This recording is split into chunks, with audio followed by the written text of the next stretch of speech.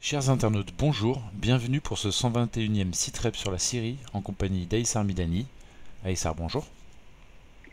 Bonjour Raphaël, bonjour à tous nos amis qui nous suivent, à tous les internautes. Je vous souhaite un bon Ramadan et parce qu'on ne s'est pas vu depuis, je voudrais que vous m'excusiez pour cette absence qui a été occasionnée par des questions médicales tout simplement et c'est bien passé. Voilà, je retourne. On a perdu. Ce sont des mois, c'est un mois en fait, exactement un mois, qui était très riche en événements en fait, aussi bien en Syrie, en Palestine, dans le monde entier, et surtout aussi le Ramadan, qui est aussi devenu un mois de lutte réellement en Palestine. Voilà, je vous souhaite un bon Ramadan, une bonne lutte.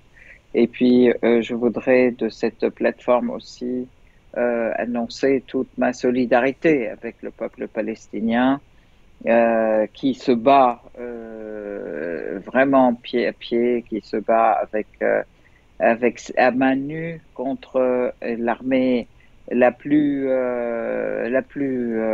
comment dire, la plus armée et la plus féroce du monde, qui n'hésite pas à piétiner les enfants, qui n'hésite pas à tuer des enfants.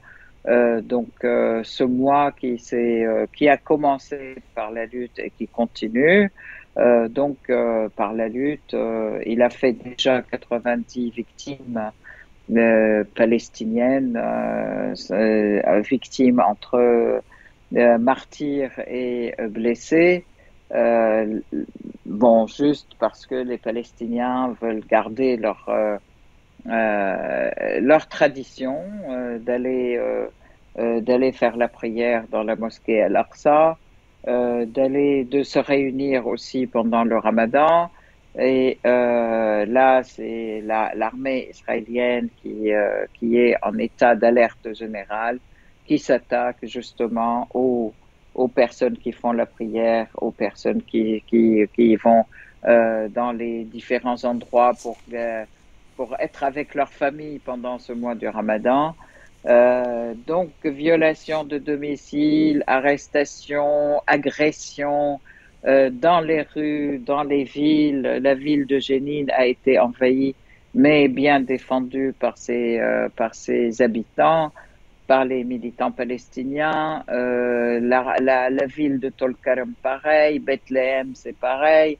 Jérusalem et toutes ces banlieues où aussi les Israéliens continuent à détruire des maisons, à arrêter des personnes, à arrêter des enfants. Figurez-vous, 4500 enfants sont dans les geôles israéliennes, au vu et au su du monde entier, sans que personne ne parle.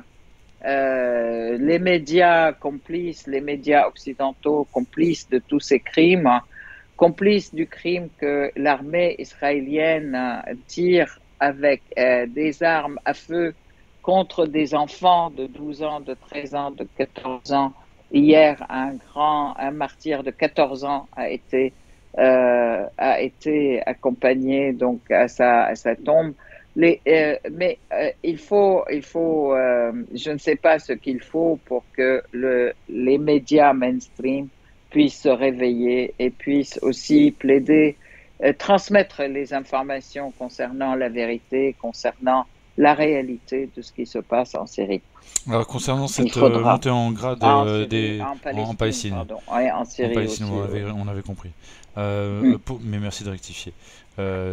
Concernant ce nouveau degré dans la violence d'armée israélienne contre la population palestinienne, est-ce que c'est pas aussi le résultat donc de cette nouvelle doctrine dont on avait parlé dans un précédent Sitrep qui autorisait l'armée à faire feu avec beaucoup plus grande liberté, et y compris de poursuivre des manifestants dans des ruelles pour leur tirer dans le dos après?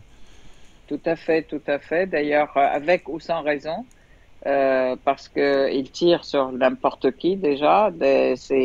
c'est très grave parce que effectivement, le gouvernement qui a toujours peur, très peur des Palestiniens et de la lutte du peuple palestinien, qui a libéré complètement les mains de l'armée israélienne d'occupation, en disant vous tirez quand vous voulez, vous faites ce que vous voulez, etc., face aux Palestiniens. Et on a vu donc de ce fait des tirs à bout portant pour des personnes. Hier, une dame qui est malentendante et malvoyante, elle a été carrément tirée à bout portant, assassinée par l'armée israélienne parce que elle allait chercher quelque chose et puis bon, ils lui ont tiré dessus comme ça, sous les caméras d'ailleurs. Et un enfant de 13 ans, une gamine de 13 ans, on a vu aussi des dizaines de soldats, une dizaine de soldats qui s'acharnent sur une gamine de 13 ans, qui est aussi morte. C'est quelque chose d'absolument abject et pas seulement inhumain, c'est complètement féroce, abject et qui ne ressemble absolument à rien, tout ce qui peut être humain. Mais tout ça, le monde entier le voit et ça n'émeut pas du tout ces médias. D'ailleurs, ils ne le transmettent pas. Et voilà, ils continuent à soutenir Israël et ils continuent à soutenir cette abjection de la création de l'État d'Israël qui a été créé sur les terres palestiniennes, je le rappelle, et qui, en fait, dérobe aux Palestiniens tous leurs biens, leurs terres, leur agriculture, qui les empêche de vivre, hein, qui rendent leur vie, qui en plus volent l'eau. L'eau est rationnée en Palestine occupée. Les Palestiniens n'ont pas le droit d'usage de l'eau, alors que les Israéliens ont des quantités d'eau, alors que ce sont les terres et les eaux palestiniennes et syriennes aussi. Je rappelle quand même que les Israéliens occupent le Golan, ou une bonne partie du Golan, qui est un véritable château d'eau aussi, le Golan syrien, et qui est stipulé être syrien quand même, qui est syrien et affirmé syrien, est reconnu même par des traités de l'ONU, etc., à chaque reprise, malgré le fait que Trump a dit ah oui, Israël peut s'attribuer le Golan, mais le Golan est syrien et il restera syrien. La population du Golan, comme la population de la Palestine, continue à se battre, hein, tous les jours pour exister, pour lutter, pour se réapproprier leurs terres et leurs biens et chasser l'occupant israélien qui est qui est venu de tous les pays du monde en fait pour occuper ces terres qui appartiennent aux Palestiniens depuis des milliers d'années. Voilà. Comme tu l'as dit, donc à Jérusalem et ailleurs, la colonisation continue malheureusement, hein, le Tout nettoyage à ethnique. fait. Alors c'est vrai que aussi ils ont continué. Merci de le dire, Raphaël, parce que à chaque fois ils donnent des milliers d'autorisations pour construire des colonies. Et en fait, hein, les Israéliens ont voulu aussi profiter de cette guerre en Ukraine pour récupérer des réfugiés juifs d'Ukraine. Et en fait, c'est la raison pour laquelle d'ailleurs ils sont allés voir les Ukrainiens, etc. Et effectivement, les Ukrainiens, ils ont envie d'aller dans un pays calme et ils n'ont pas envie d'être en Israël.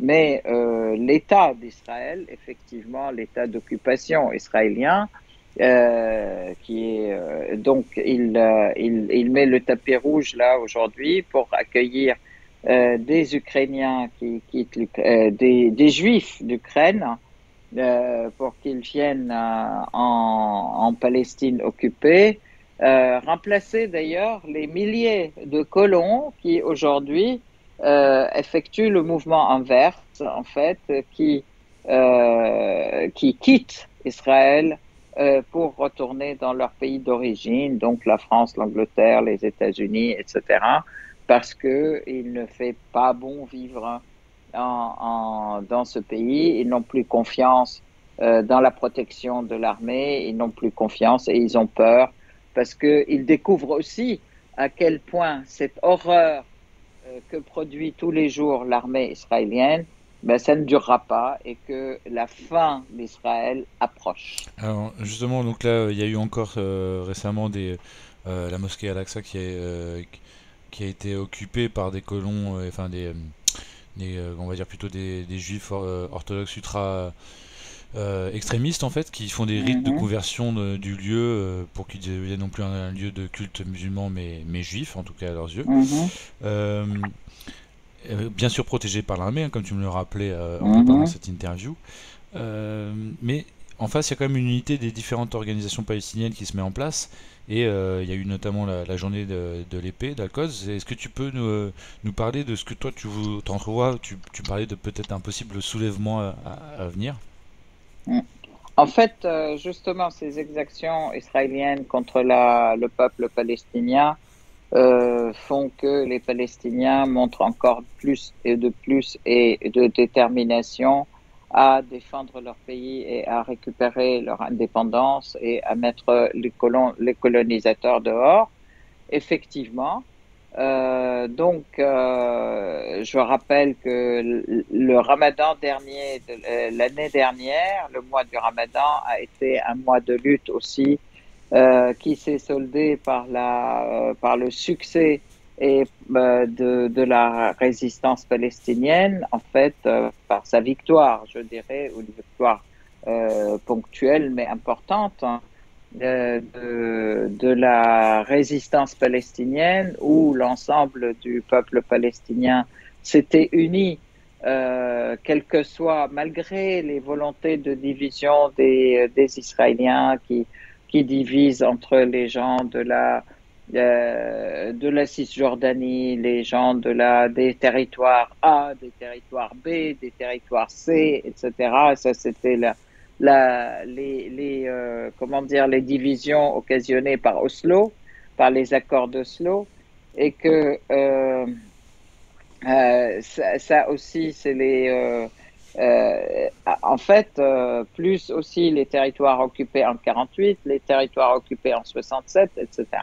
Donc, le point important qui était de ce soulèvement de l'année dernière, c'était la réunification de l'ensemble des Palestiniens, montrant que c'est un même pays et c'est un même peuple, hein, malgré les volontés de diviser des Israéliens et puis des autres forces européennes qui sont derrière, européennes et américaines. Il faut quand même rappeler que les Américains, pour eux, c'est Israël et les Américains, comme les pays de l'OTAN, pour eux, c'est Israël qu'ils soutiennent et toutes leurs interventions, c'est pour soutenir l'État d'Israël et puis garder sa pérennité dans la région, surtout qu'il a été créé pour ça. Alors voilà.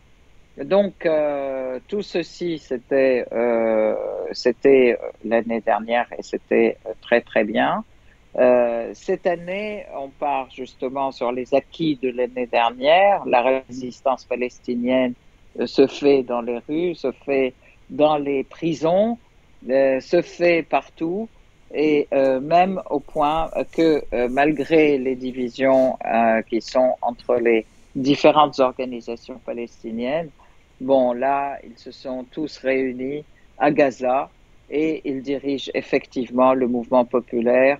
Ils sont tous maintenant clairs sur le fait qu'il ne sert à rien de négocier avec Israël, qu'il n'y a pas de solution, il n'y a pas de solution négociée ou de solution civile ou Politique. de politique avec cet État qui fait fi Sauf de du rapport tout, de force. Sauf du et rapport qui de fait force. fi de tout ce qui est humain, de toutes les décisions de l'ONU, de toutes les décisions, de toutes les règles comment dire, même les règles de la guerre, donc des droits Oui. de l'homme, des droits humanitaires, tout. Il ne respecte Et donc que. là, Excuse-moi, il ne respecte il que n'y a plus le droit effectivement, du plus fort. il n'y a plus que la résistance réelle et par les moyens militaires, et c'est le rapport de force effectivement qui donne les résultats. Donc là, c'est effectivement, je pense qu'on est face à une deuxième époque de l'épée d'Al-Quds, en fait, ou une deuxième épée d'Al-Quds, deuxième épisode. Et nous souhaitons de tout notre cœur toute la victoire au peuple palestinien qui endure tous les jours et qui se bat, qui a le mérite de se battre pour sa liberté, pour la vie et pour une vie libre et fière. Et Merci Aïssa. surtout, Euh, récupérer oui, son bien territoire. sûr, Voilà. bien sûr. Merci. Euh, on a oublié de prévenir les internautes que peut-être ce site replay ce serait un peu plus long que d'habitude parce qu'il y a beaucoup de points à voir et que bah, ça fait un mois qu'on s'est pas vu. Donc on va Exactement. enchaîner avec la Syrie. Il y a un réchauffement Mm, sur tous les fronts. Tu me disais en préparant cette interview. Et mm, notamment donc bah, pour faire le lien avec ce qu'on vient de dire juste avant, une frappe israélienne hier qui a visé mm, Damas Ouest. mm. Et puis il y en a eu d'autres depuis un mois. Est-ce que tu peux nous en parler? Alors, en fait, ce que je voudrais dire, c'est que la résistance palestinienne se sent forte aussi du front de la résistance, dont la pierre angulaire est la Syrie, et c'est la raison pour laquelle la Syrie est agressée depuis 11 ans pour casser cette pierre angulaire et ce grand soutien du front de la résistance, dont la tête, effectivement, et c'est Iran, et c'était le général Qasem Soleimani, rahimahullah, et que aussi la résistance, dont fait partie aussi la résistance libanaise dirigée par le Hezbollah essentiellement. Donc, cet axe de la résistance est aussi aujourd'hui agressé de tous les côtés.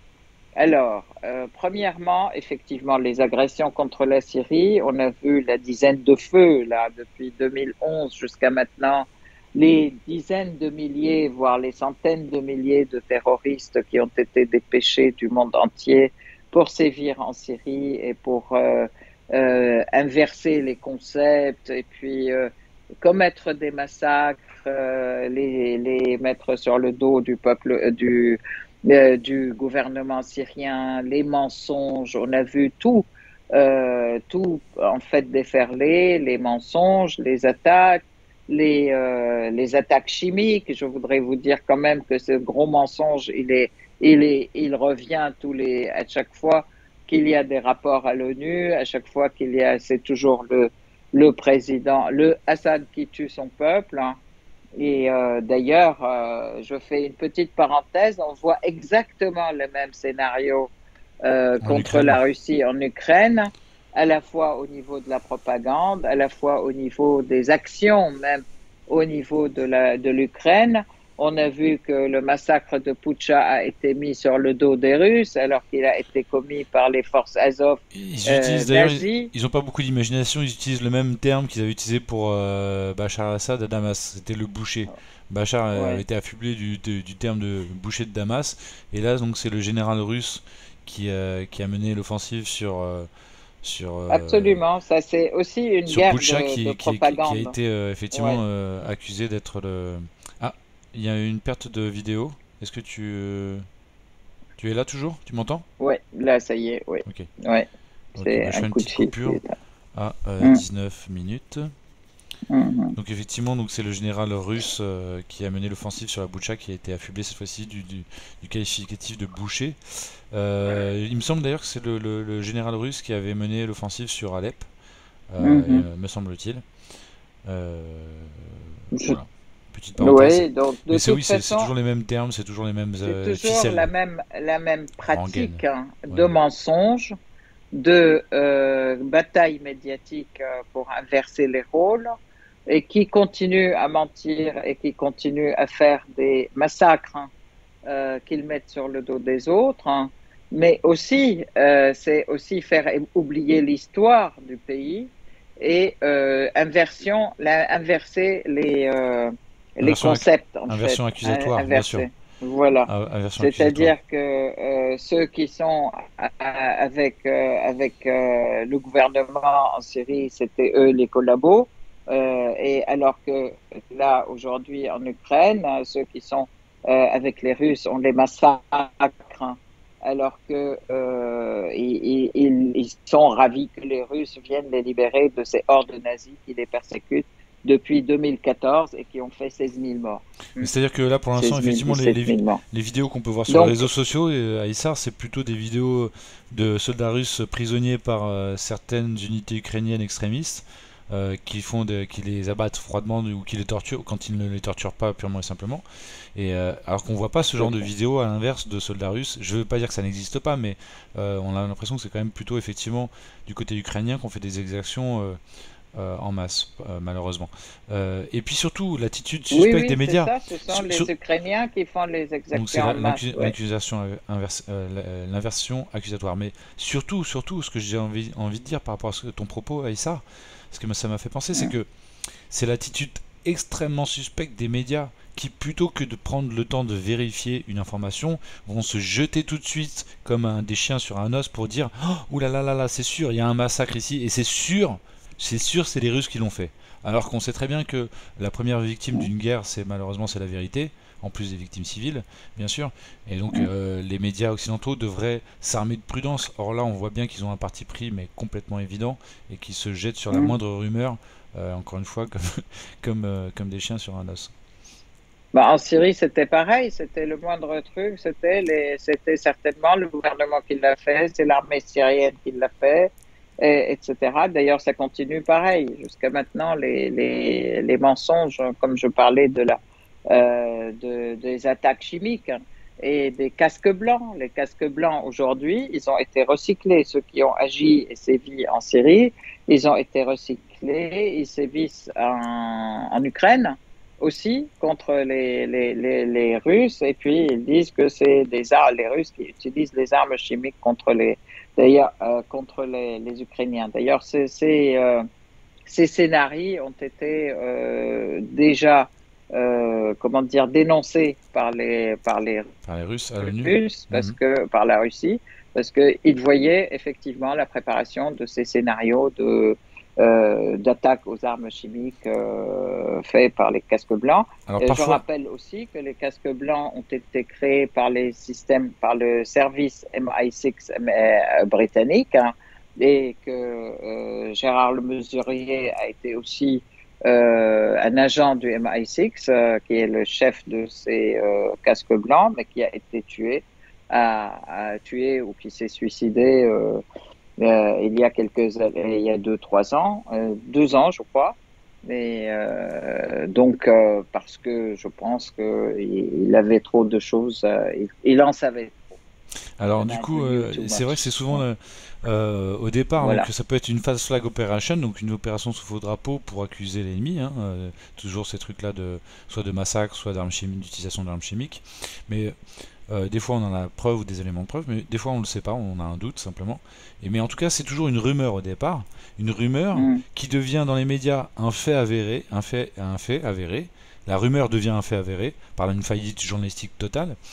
Et le fait avéré devient carrément un fait irréfutable. Et la moindre personne qui ose réfuter ce fait soi-disant irréfutable devient au choix complotiste. Suppôt de Poutine, suppôt de Bachar, suppôt de... enfin bon bref, tout à fait. Tout à fait. Alors je voudrais quand même rappeler des choses, parce que le massacre de Houla était pratiquement traité comme ça a été le massacre à Boucha aujourd'hui. Et donc, pareil aussi, le massacre à Kramishli, c'était exactement pareil. Et ce sont les armées de l'OTAN qui ont fait le massacre à Kramishli, qui ont vraiment bombardé la ville, qui se sont attaqués. Et là, on dit, ah bah oui, c'est Bachar al-Assad qui l'a fait, c'est l'armée, c'est l'armée syrienne.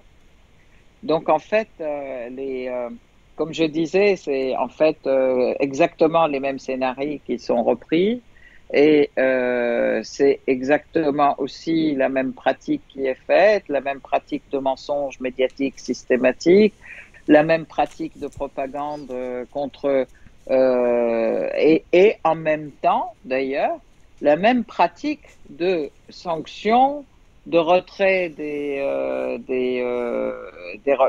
d'arrêt des relations diplomatiques, des sanctions qui tombent.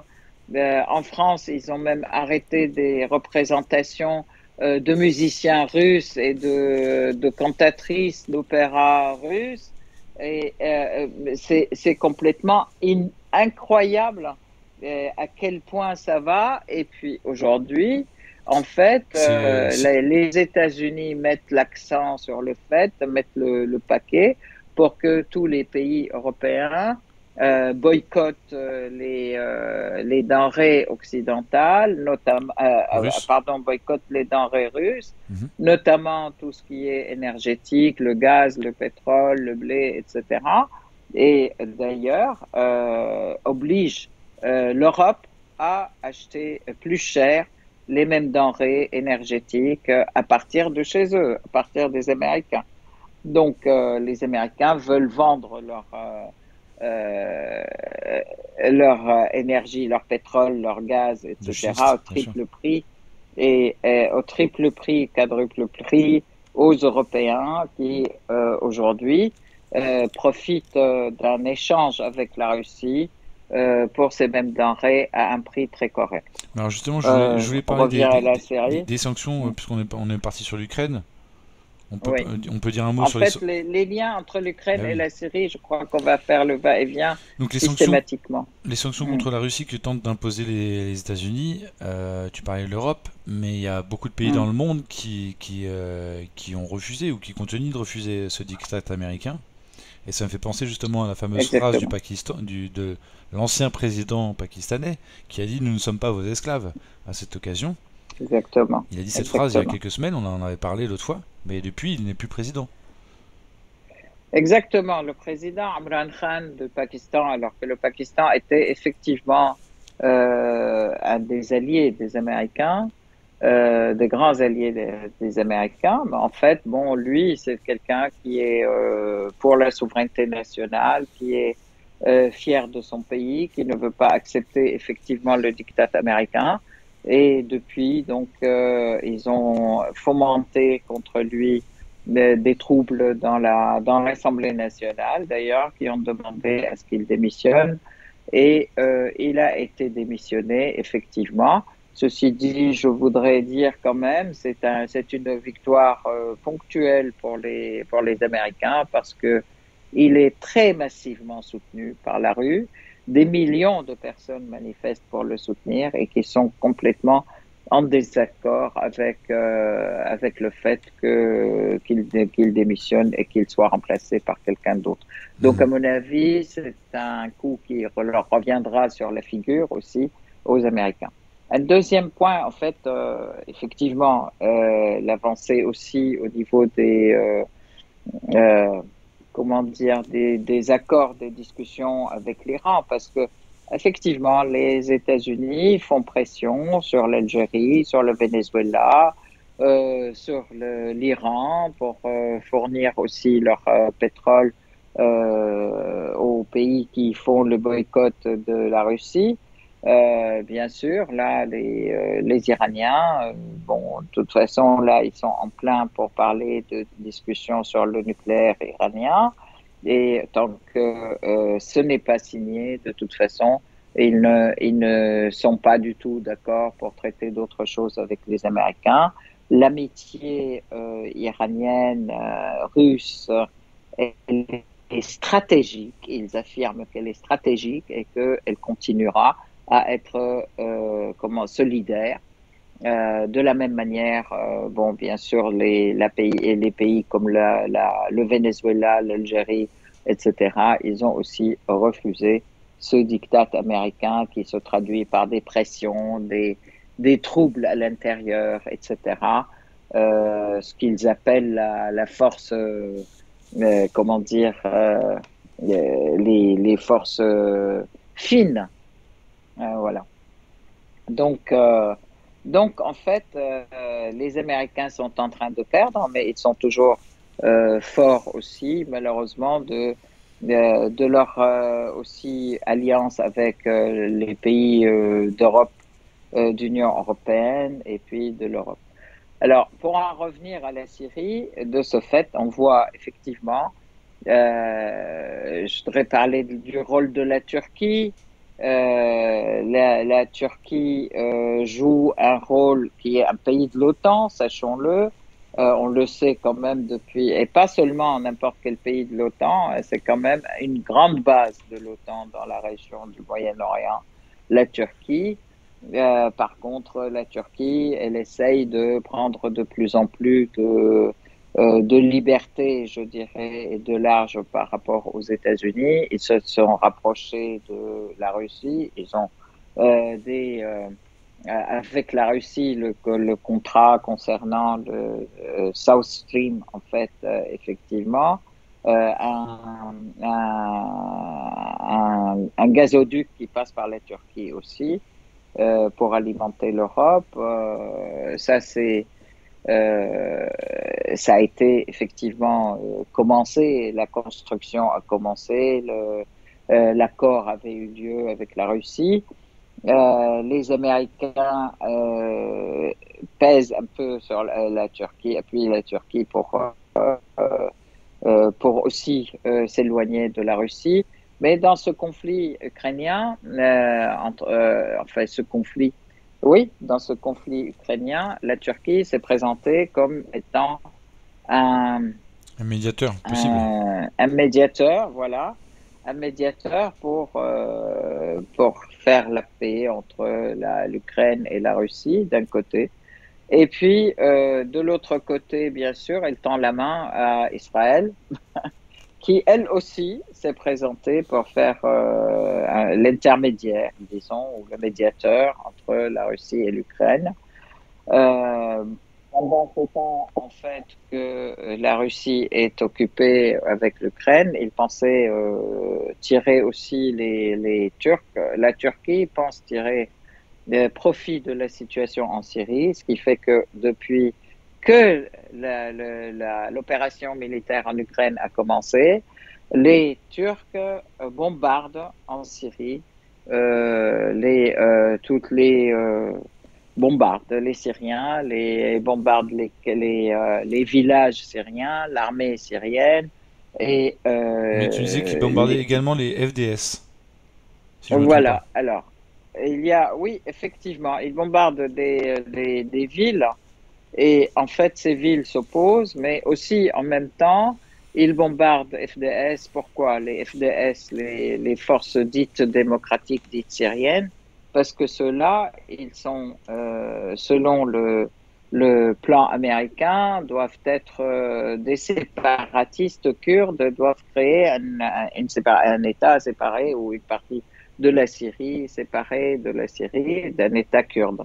Mais la Turquie annonce qu'elle n'est pas d'accord avec cet État kurde, et ça, on le sait depuis longtemps. Et d'ailleurs, ils sont présents sous prétexte qu'ils ne veulent pas de Kurdes à leurs frontières, alors qu'il y a des Kurdes chez eux. C'est la moitié quand même, un nombre important de la population turque et kurde. Et de l'autre côté, donc ça c'est aussi un autre prétexte, et de l'autre côté, on voit que les Américains continuent à armer jusqu'aux dents FDS, qui sont les alliés des Américains. Et FDS aussi, ils affirment, ils continuent leur offensive contre la population syrienne du nord-est de la Syrie. Alors, c'est vraiment, en fait, offensive qui est violente et ignoble, parce que pendant le mois de Ramadan, ils ont encerclé la ville de Hasakeh, ils empêchent le blé qui est envoyé par l'État syrien de rentrer dans la ville et d'arriver jusqu'aux grandes boulangeries. Aujourd'hui, ça fait 6 jours que les habitants de Hasakeh sont sans pain parce que sachant que c'est pendant le Ramadan. C'est une horreur en fait. Ils serrent l'étau contre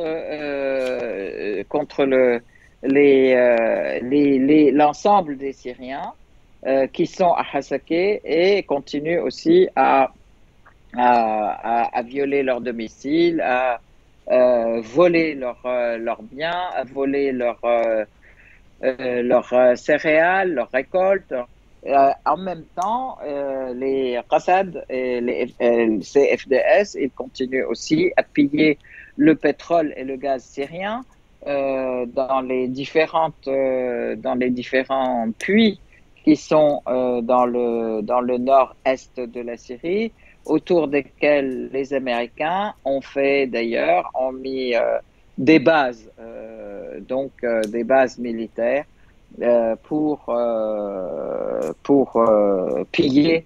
Et il continue d'ailleurs, Trump l'avait affirmé, il continue à piller et aujourd'hui, il continue depuis ce moment-là, il continue à piller le gaz et le pétrole syrien et qui va d'ailleurs en Turquie via l'État kurde du Kurdistan irakien, donc via la base de Barzani. Shedadi américaine qui se trouve dans le Kurdistan américain, dans le Kurdistan irakien. Alors, Donc, tu disais ça, également que... c'est un point. Tu me disais que la population syrienne s'opposait quand même de plus en plus aux occupants au pluriel, mais en particulier aux Américains. Tout à fait. Tout à fait. Alors, l'opposition syrienne populaire, elle est de plus en plus importante et de plus en plus déterminée. Assez souvent, donc, ils font revenir, Repartir. ils agissent pour chasser effectivement des convois américains qui arrivent pour aller dans des villages qui ne sont pas qui sont encore libres. Donc, ils font tout ça avec l'aide de l'armée syrienne pour les chasser et les obliger à retourner de là où ils viennent. Et il y a aussi de plus en plus, et ça c'est très important aussi, on voit que c'est une offensive d'ailleurs contre eux, il y a de plus en plus de personnes qui vont dans les centres de régularisation et de réconciliation qui sont ouverts au fur et à mesure par l'État syrien et donc des gens qui étaient soit du côté de FDS, soit qui étaient du côté des terroristes, etc., qui retournent dans le giron de la patrie, qui signent ces régularisations, qui se font régulariser et qui rejoignent l'armée arabe syrienne. Donc, en fait, peu à peu, on voit que ces forces qui collaborent avec les Américains deviennent de plus en plus des coquilles vides.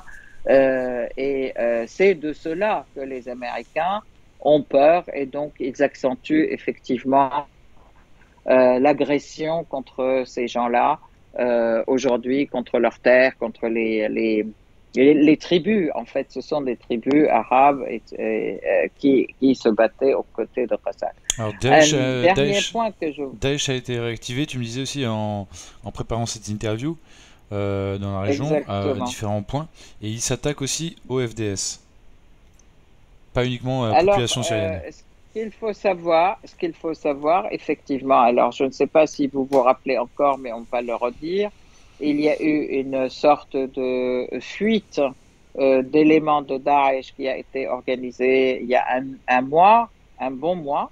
On avait parlé de la prison à Sinaa du côté de Hasakeh aussi.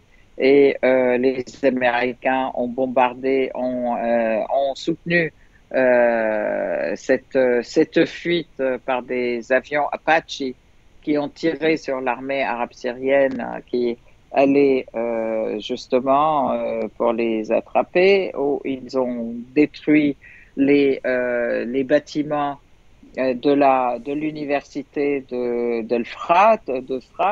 Ils ont détruit le ministère, les bâtiments du ministère de l'agriculture aussi dans ce coin.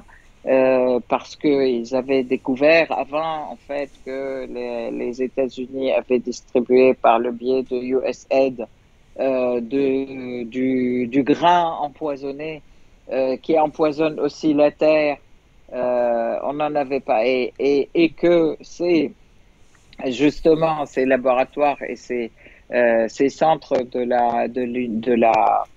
du ministère de l'Agriculture ont pu découvrir très rapidement que c'était des grains empoisonnés et qui empoisonnent la terre.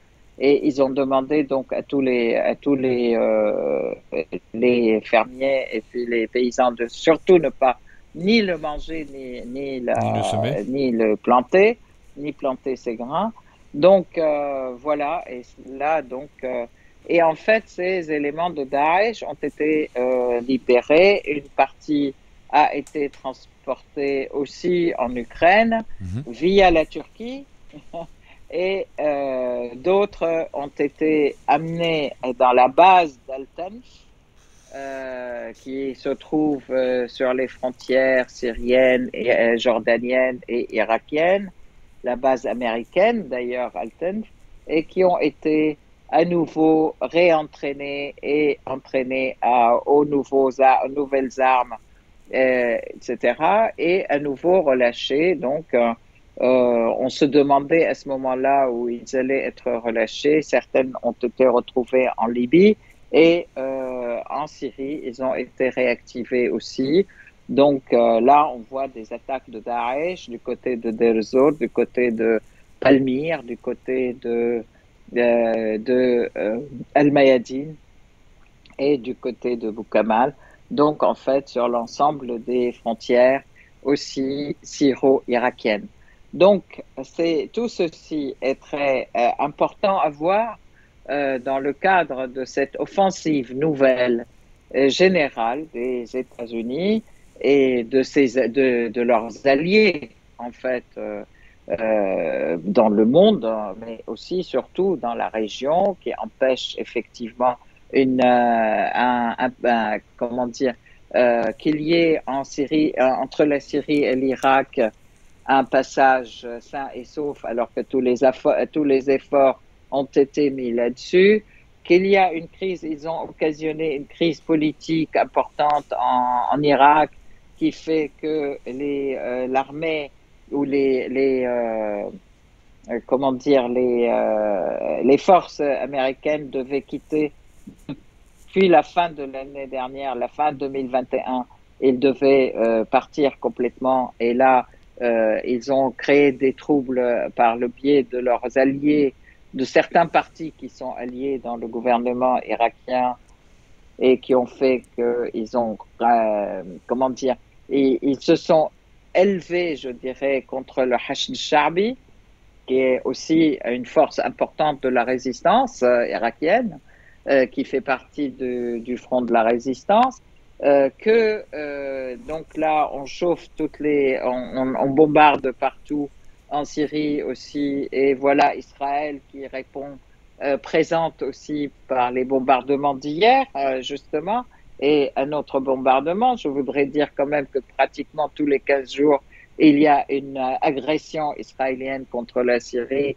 mais juste pour dire, nous sommes là, dire à tous à tous leurs collabos, je peux dire, et leurs alliés, nous sommes là pour vous soutenir, notamment aux terroristes. Et en même temps, il y a une offensive sans précédent aussi, politique contre le Hezbollah libanais, où on essaye de mobiliser contre le Hezbollah toutes les forces réactionnaires alliées des Américains pour montrer que ça sera s'ils mettent là la résistance libanaise, qui fait d'ailleurs quand même plus de 50% du Parlement aujourd'hui, il faut la neutraliser, il faut la mettre dehors, etc. C'est assez incroyable, mais cette offensive, elle est là, elle est sur le plan économique, sur le plan politique, sur le plan pas militaire, mais en tout cas vraiment des forces qui broient Mhm. qui vise à broyer toutes les forces de la résistance. Mais la détermination des forces de la résistance est là, de toute façon, et elles s'opposent, et pas seulement s'opposent, et elles se rallient de plus en plus d'amis, effectivement. Mhm. Alors, pour revenir à la série et à Daesh qui a été réactivé et qui s'attaquait aussi au FDS, tu me disais en préparant cet entretien que dans certains endroits, et ça montre que les FDS sont pas monolithiques, l'armée arabe syrienne aide les FDS, le Qassad, à s'opposer Ah, à pardon. Daesh. Ouais. Est-ce que tu m'as entendu ou Oui, est-ce que tu veux que je le effectivement, refasse? dans les coins, dans les, ah, excuse-moi, mais excusez-moi tous parce que ça commence la batterie est faiblie quoi. D'accord. Donc oui, effectivement. Donc effectivement dans ces espaces du nord-est de la Syrie et là où Daesh sévit, effectivement, Qassad se bat contre Daesh et c'est vrai que dans ces endroits-là, l'armée arabe syrienne aide Daesh, pardon, Qassad à s'opposer à Daesh Oui. dans ces secteurs. Parce que la moralité dans tout ça, c'est que les, les, euh, les militants de Qassad sont des gens qui font partie du peuple syrien et qui se sont déjà opposés effectivement au terrorisme. Pour certains, ils sont aussi propriétaires de leurs terres, etc. Et ils se font aussi tuer, agresser, etc. par Qassad et Par Daesh. par Daesh et que bon ben l'armée effectivement dit puisque vous luttez contre les terroristes ben on vous aide à lutter contre le terrorisme. La Syrie n'a pas intérêt à ce que le terrorisme se propage en Syrie. Mais en fait ces gens-là ils changent aussi progressivement en se battant aux côtés de l'armée syrienne, ben ils changent quand même progressivement de position aussi par rapport à l'occupant américain. Et ça, c'est important quand même à voir que l'État syrien ou la direction du gouvernement syrien et la direction de l'État syrien agit avec beaucoup d'ouverture et beaucoup de patience pour que les gens prennent conscience et se rendent compte quand même que pour défendre la patrie, c'est nous, Mhm. c'est pas quelqu'un d'autre et qu'on est tous là pour ça. Et ça, je pense que c'est quelque chose de très important. Il faut quand même arriver à se rallier, tous ceux qui se battent contre l'occupant, tous ceux qui se battent contre le terrorisme de notre côté. Et il n'est pas question de divergence idéologique, c'est pas Non, là le non, non. problème. Le problème, il est la sauvegarde de la patrie. Bien sûr. Voilà. Effectivement, après avoir gagné la guerre, il faut gagner la paix. Et je pense que, bah, comme tu Voilà. disais, Et l'ouverture et la puis, patience, c'est le prix à payer pour y arriver, quoi. Il y a absolument. pas de Et en plus, choix. ça montre aussi que l'État syrien est l'État de tous les citoyens quand même. Donc, c'est contrairement à ce que la propagande depuis des années a voulu Bien montrer, la sûr, propagande impérialiste. Hein. bien sûr. C'est ça la question. Voilà. Et ce que mon humble film a essayé justement de casser comme propagande. Le voyage au pays de Bachar, je me permets d'en faire la promo au passage. Oui, Surtout oui. qu'il est en accès libre. Donc, on va parler un petit peu d'Ukraine avant de parler des élections et de clore ce site rep. Mm. Les labos en Ukraine, le ministère de la Défense russe en a parlé, des fameux labos qui développeraient des virus.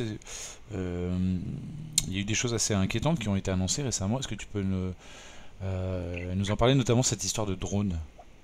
Et puis Ouais, cette histoire aussi effectivement. d'expérience sur des patients d'hôpital psychiatrique. Pardon. C'est-à-dire que, en fait, l'armée russe a annoncé hier qu'ils ont quand même pris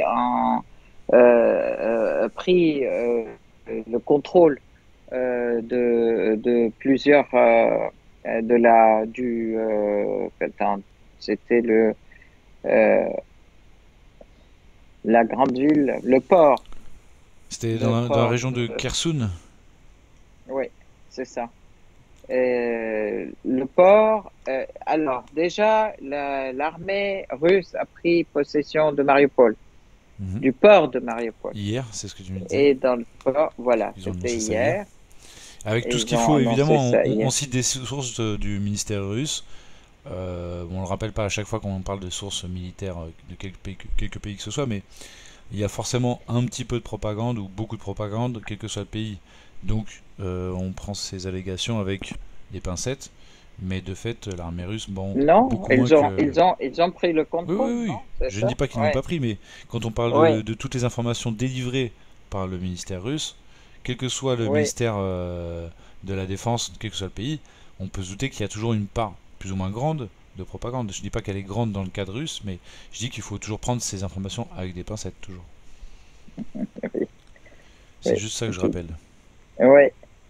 Et qu'est-ce que je disais? Alors là, je voudrais dire, effectivement, ils ont pris ce port qui est important.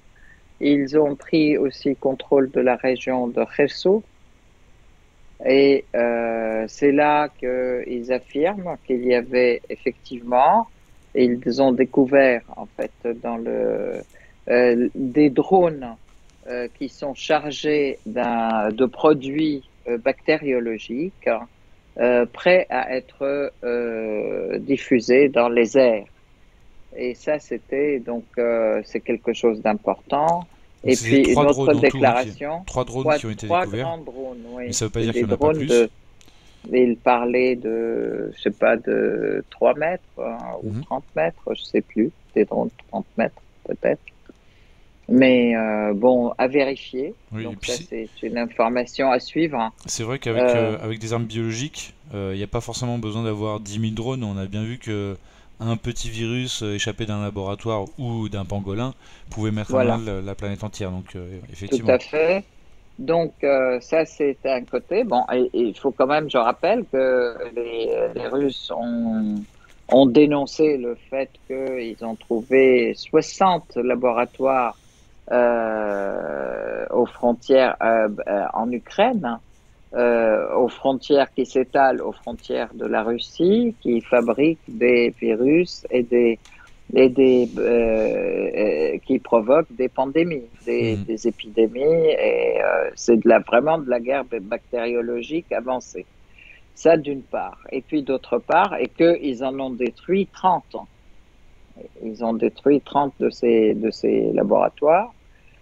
Que en plus les Russes ont demandé à l'Assemblée nationale, à l'Assemblée internationale, à l'ONU, de l'ONU, et ils ont posé la question aux Américains, les explications sur leurs activités en fait nourries dans le monde entier de la présence de laboratoires qui travaillent dans les armes biologiques. Hein, et puis que maintenant, là, ils trouvent effectivement la dernière étape. Ils trouvent qu'il y a de ces drones qui sont chargés de produits bactériologiques pour être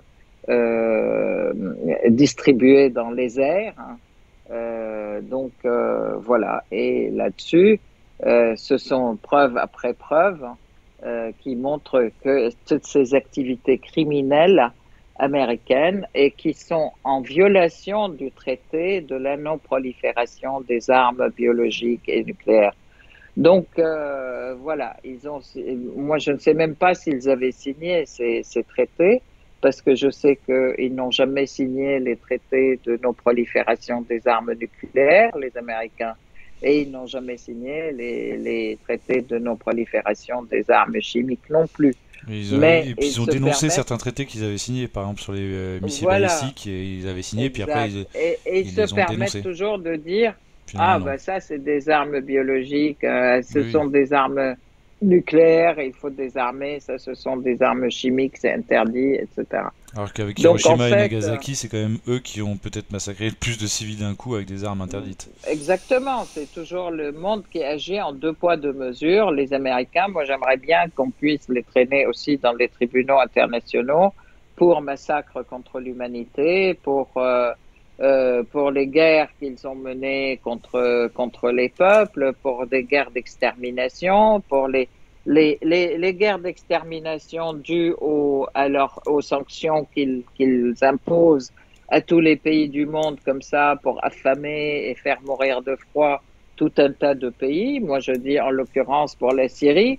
Là, eux, ils pillent nos richesses et ils nous empêchent de les utiliser. Ils nous empêchent d'en acheter parce on est interdit de toutes les banques. Et puis, ils piquent aussi nos farines et nos récoltes. Et ils brûlent nos récoltes. Et puis après, ils viennent dire, ah, ben alors, vous êtes en dessous du seuil de pauvreté. Et il va falloir arrêter parce que c'est un gouvernement qui est failure, en fait, qui est en échec. C'est terrible, Donc c'est du n'importe quoi, c'est quoi. terrible parce que même la mafia respecte mieux sa population, quoi, finalement. Mais oui. Elle, Alors, elle la martyrise moins. il faudra que le monde sache aussi de quoi ces Américains sont faits et de quoi il faut que l'Europe le sache aussi. Et les pays européens qui favorisent et qui se couchent devant cette politique américaine, qu'ils sachent aussi ce qui les attend. Parce que les Américains se battent avec le sang des Européens aujourd'hui Bien sûr. et ils imposent les sanctions aux Européens, en fait. C'est vrai. Voilà. Pour revenir sur les labos en Ukraine, tu me parlais également d'expériences réalisées sur des patients de l'hôpital psychiatrique de Kharkov. Oui, tout à fait. Alors, c'est la déclaration, justement, du même ministre des Affaires, du ministre de la Défense russe. Donc, il dit, voilà, qu'ils avaient effectué, effectivement, des expériences bactériologiques sur les personnes, les malades psychiatriques, sur l'hôpital psychiatrique, en fait. On va passer aux élections en France, si tu veux bien. Oui, justement, donc la transition se fait bien parce que je pense que c'est important de voir, enfin, le résultat de ces élections du premier tour, hein, était un peu décevant. C'est pas parce que on y attendait autre chose, etc. Mais on espérait quand même qu'il y ait des voix qui s'étaient vraiment qui ont souffert de ces 5 années de Macron, du règne de Macron, en fait, avec ces mises en place de pouvoirs policiers d'un côté, un pouvoir policier d'ailleurs occasionné par une instrumentalisation du corona, d'une part, d'autre part des entraves aux libertés, d'autre part euh, aucune oreille attentive aux revendications qui ont duré pendant 2 ans d'une population qui ne demandait que d'être respectée et d'avoir une revalorisation de leurs revenus alors qu'ils ont passé des années au travail. Donc les gilets jaunes en l'occurrence en fait qui n'ont subi que répression, aucune oreille attentive, répression, des yeux crevés, des mains coupées, des machins, enfin bon. Le climat général était un climat de mécontentement effectivement par rapport à ces années Macron. Et on voit que quand même, il y a eu un nombre de voix suffisant pour le mener au deuxième tour. Ça, c'est un peu la déception, je peux dire, qui est plutôt partagée par beaucoup de gens. Pas seulement par moi, mais bon. D'un autre côté, le fait que aujourd'hui, en fait, non seulement dans cette Union européenne, il n'y a absolument aucune affirmation, aucune volonté d'indépendance par rapport au diktat américain. Et en fait, Macron, qui était aussi le responsable de l'Europe dans ces derniers mois, je dirais, affirmé à nouveau dans toute sa manière de mener ou d'agir vis-à-vis des problèmes internationaux, vis-à-vis de cette de la situation en Ukraine, de la situation en Russie, etc., au lieu de faire un intermédiaire pour la paix, chose qui a été d'ailleurs très brillamment, je dirais, soulignée par Ségolène Royal, c'est que c'est important d'inviter à une conférence de paix, inviter à ce que la France puisse retrouver une place aussi dans le monde où elle peut agir en tant que force Médiatrice. indépendante Mhm. et aussi médiatrice. C'est ce rôle, en fait, d'ailleurs, elle pouvait le jouer aussi vis-à-vis de la Syrie. Elle pouvait le jouer depuis et pas du tout. Donc, malheureusement, on est euh, complètement déçu, désappointé, je dirais, d'une attitude de suivisme total, Soumission. total de soumission, de suivisme, ajouté au fait que, en même temps, l'utilisation de ces cabinets de conseil McKinsey américains, donc qui continuent aussi à tracer la politique de la France, hein, c'est quelque chose d'assez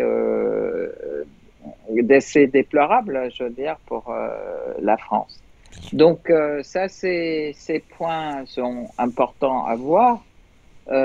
C'est aussi important aussi de voir que la France pourrait aller être autrement, en fait, hein, même en étant dans l'Union européenne, etc. Elle pourrait jouer autrement pour sa propre population, en fait, parce que là, appliquer les diktats américains vont aller contre le peuple français, contre les intérêts du peuple de France, parce que ils vont être, on va payer le gaz plus cher, le pétrole plus cher.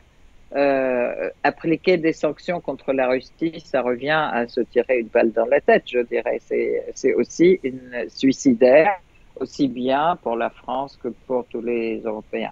On voit l'Allemagne essaye de prendre plus de le large et plus de liberté, mais je pense que c'est important effectivement que la France et les pays européens puissent avoir une certaine liberté. Et d'ailleurs, ça, on voit que c'était pas possible et ça n'est pas possible avec Macron. Alors, il faut voir comment cela peut être possible parce qu'aujourd'hui, c'est vrai que la bataille principale, je dirais, elle est pour la souveraineté de la France et pour plus d'indépendance et pour plus de marge de manœuvre et puis plus de présence française et surtout pour la défense des intérêts du peuple de France et pas accepter de payer 10 fois plus les choses qu'on peut payer moins alors que juste pour les beaux yeux des Américains. Mhm. Et en plus, ce qui est important de voir, c'est que l'Ukraine n'est pas la bataille de la France. En fait, c'est au contraire qu'en Ukraine, ce sont des nazis que les Américains soutiennent, ce sont des hordes nazis qu'ils entraînent, du dire même de certains